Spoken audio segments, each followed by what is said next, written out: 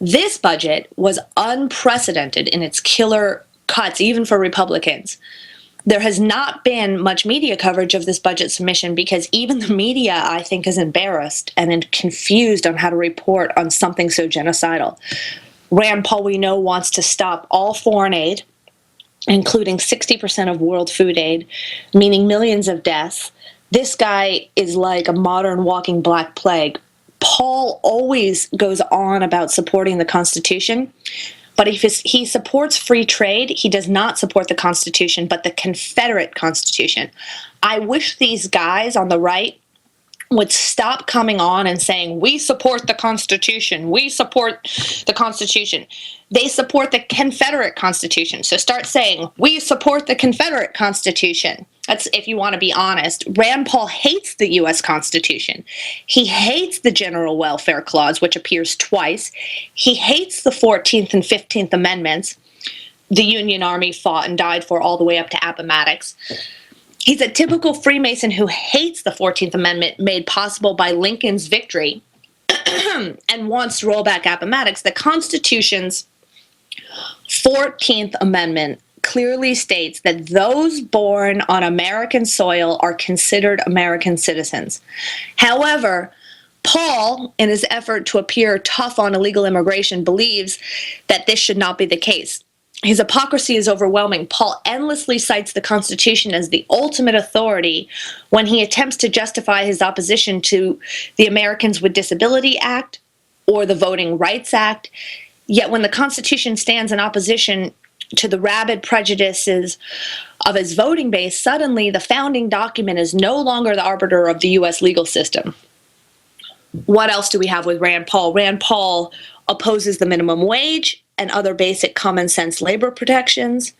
He's a union buster reminiscent of European fascist movements of the 1930s.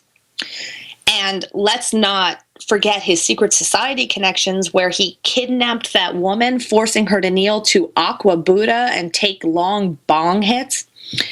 He's also recently one of the 47 traitors, where he signed Tom Cotton's letter rejecting any nuclear deal with Iran. On and on and on. We've done a lot of work on Rand Paul. Then we have Marco Rubio, who just came out a few days ago and announced his run for president. Adding one more wingnut to this growing GOP roster, Rubio threw down the gauntlet of the 40-year austerity dictatorship that we've talked about so often in this show when he said, quote, yesterday is over and we're never going back, and campaigning for a, quote, new American century. Rubio's new American century, from what I can gather, means deregulation, more austerity, more endless war. Remember, Rubio was the one who said, quote, this was his big quote, it was very famous, George W. Bush, in my opinion, did a fantastic job as president.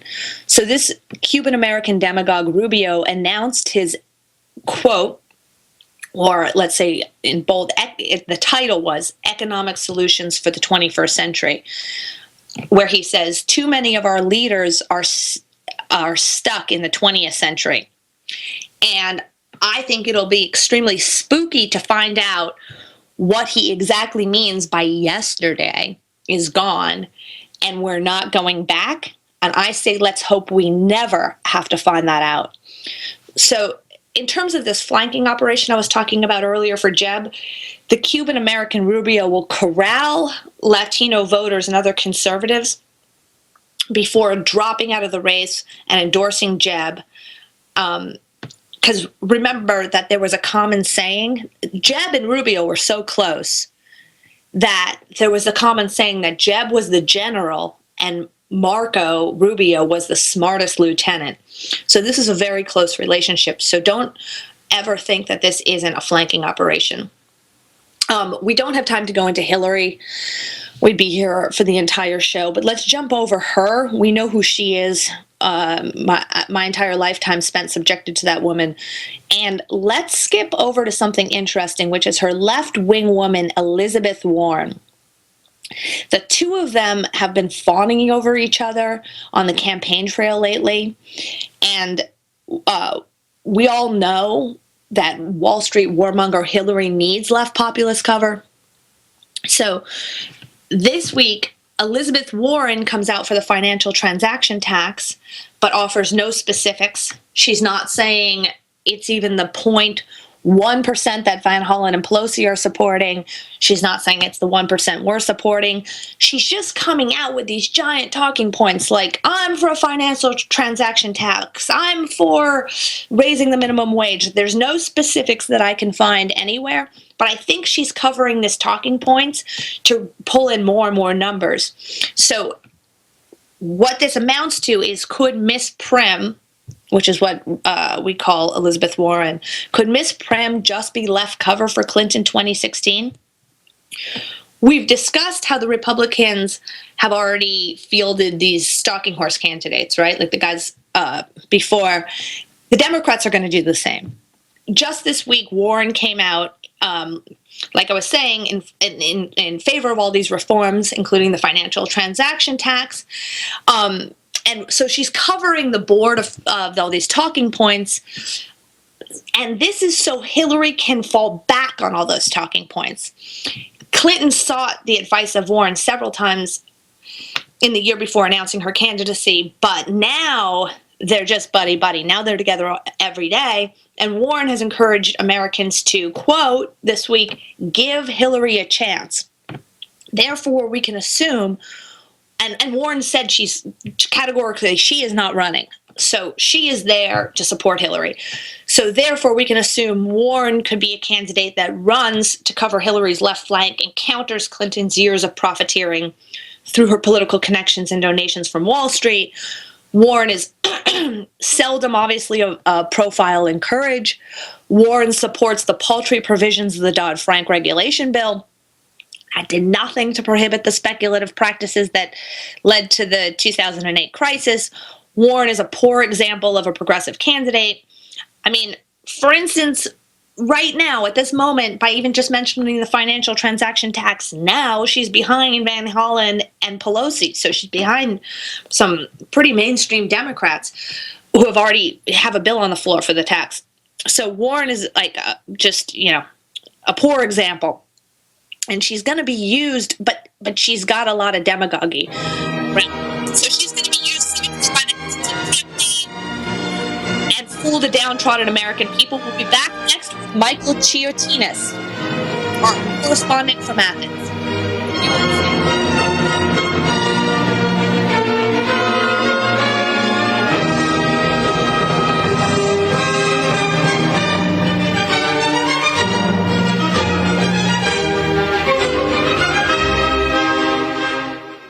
So we decided to upgrade the look of our home. Improve the curb appeal. We decided to add the look of stone to the exterior. We really like the stacked stone look. Yeah, but when I checked into the price, it was ridiculous. No way could we afford it. Then a friend told me about Genstone. Genstone. Genstone comes in lightweight panels made of polyurethane. They've actually engineered the hassle out of installation. No mortar, no mesh. It was easy. Even I could do it. We just screwed the panels to the wall and it looks like stone. I mean, it really looks like stone. Yeah, from the box to the wall in minutes. We love the look of our home now. And Genstone is durable, comes with a 25-year warranty, and offers additional R-value for insulation. If you want the look of stone at a price you can afford, call Genstone at 855-955-STONE. Trust me, you'll save money. And you'll love the look. 855-955-STONE. That's 855-955-7866. Stress, like many conditions in a fast-paced society, is at epidemic proportions, and one of the most effective ways to support your body during periods of excessive stress is by replacing the nutrients expended during that time. De-stress contains large amounts of B-complex vitamins, in addition to vitamin C, magnesium, and valerian root extract. For more information on this and other great products, contact Lady Talk Live at 855-333-5239. Majestic Earth's Beyond Tangy Tangerine contains no artificial sweeteners or preservatives and is glycemic friendly. This easy dissolving powder contains plant-derived minerals, vitamins, amino acids, and 115 fruits and vegetables. I can't think of anything better for you. For more information on this and other great products, contact Lady Talk Live at 855-333-5239. That's 855-333-LADY. If the IRS has garnished your paycheck or seized money from your bank account, you need to get professional tax help now. Fast action is required to put a halt to these aggressive IRS collection tactics. You can count on the knowledgeable team of tax professionals at Wall & Associates. With over 30 years of experience, Wall & Associates has settled the tax problems of thousands of taxpayers for a small fraction of what they owed. For a free face-to-face consultation, call 1-800-425-4610 to put a wall between you and the IRS. 1-800-425-4610 or look for us on the web at wallandassociates.net. We solve tax problems. If you hire Wall & Associates today, you'll never have to talk to the IRS again. To stop the levies and seizures today, take action now. Call Wall & Associates at 1-800-425-4610. Wall & Associates, 1-800-425-4610. Based on actual cases, results may vary, not a solicitation for legal services. Hi, John Hubner from Midas Resources. Are you tired of watching your hard-earned assets dwindle away? As government spending is out of hand and the Federal Reserve is creating in excess of $20 billion a week, are you tired of stockbrokers gambling away your hard-earned money? Is this market a setup for a crash greater than 1987? Too many of today's policies resemble those that led to the collapse of 1929. This is John Hubner, and that was me in 2007. And we all know what happened when the subprime credit bubble burst. By March 2009, the dollar lost 50% of its value. The entire U.S. banking system was on the verge of collapsing. Like all financial problems of the past, is history about to repeat itself? Call me, John Hubner, at 1-800-686-2237, extension 129, before it's too late to protect yourself. Will the oncoming catastrophe take all private IRAs, 401ks with it? There is a way to protect your hard-earned assets. Call me, John Hubner, at 1-800-686-2237, extension 129. Great minds think alike. The network for the independent-minded. The Genesis Communications Network. GC.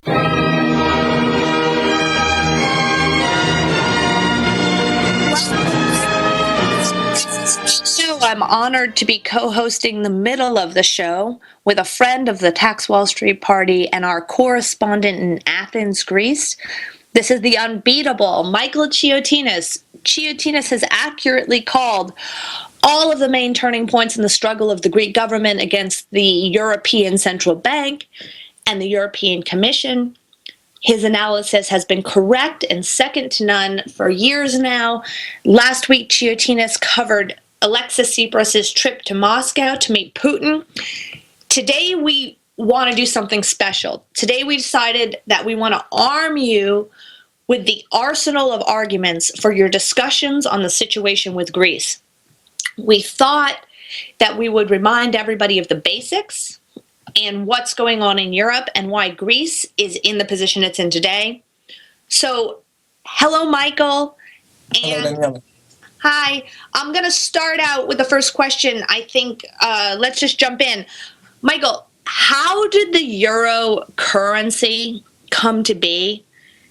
And we're going to go all the way back to the euro forming. So how did the euro currency come to be? And why is there a question now on whether it's going to break apart? Well, let's take this from the beginning. Each European country had its own national currency up until 2002. In 2002, some of them joined what came to be called the Eurozone. They came under the umbrella of a common currency, in other words.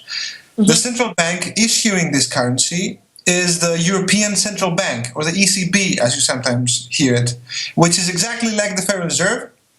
It is private and, most importantly, independent of democratic institutions. Actually, its board of directors is made up of people from each individual country's central bank. Okay, so they created an economic union as we understand it. We have this with the 7 Federal Reserve governors and the 12 regional Federal Reserve banks located in cities in different states. The New York Federal Reserve is obviously considered the most important because it's in the city with the strongest economy. So is this the same? Yes. Yes, yes. Now the problem is that when you bring together economies,